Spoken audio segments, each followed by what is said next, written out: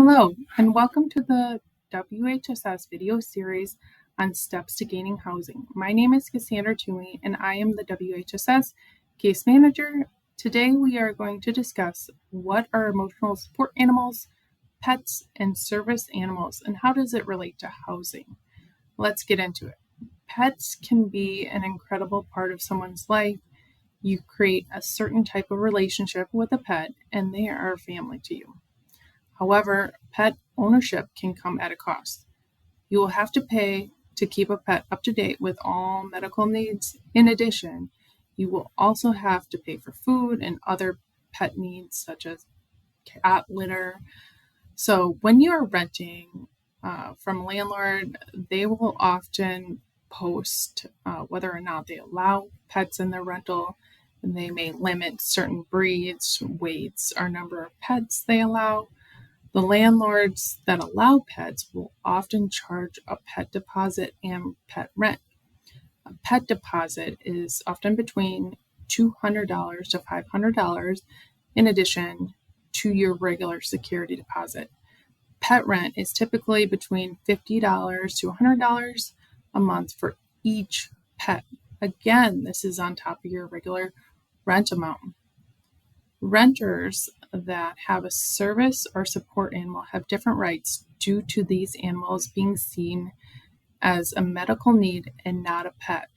According to the Americans with Disabilities Act, a service animal are defined as dogs that are individually trained to do work or perform tasks for people with disabilities. Miniature horses can also be trained to be considered a service animal.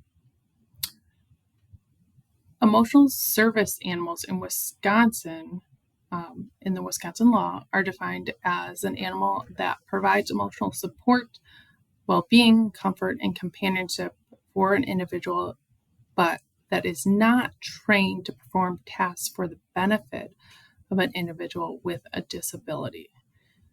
Service and emotional support animals are not considered pets, so a landlord cannot charge a pet deposit and pet rent. While you do not have to disclose you have an ESA or service animal, it is still a good idea to let your landlord know before you move in.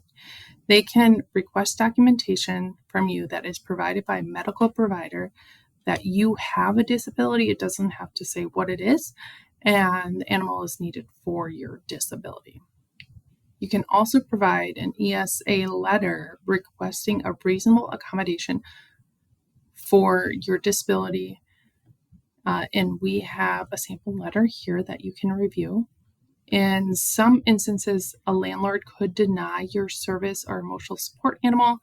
This includes if a landlord is living in the unit and they have an allergy, if the tenant is not actually disabled and provides no documentation, the animal is not a reasonable accommodation, or the animal could pose a health or safety risk to the property or others. Remember, you may not be charged for a deposit and rent for a service or emotional support animal, but you can still be charged if they damage the property.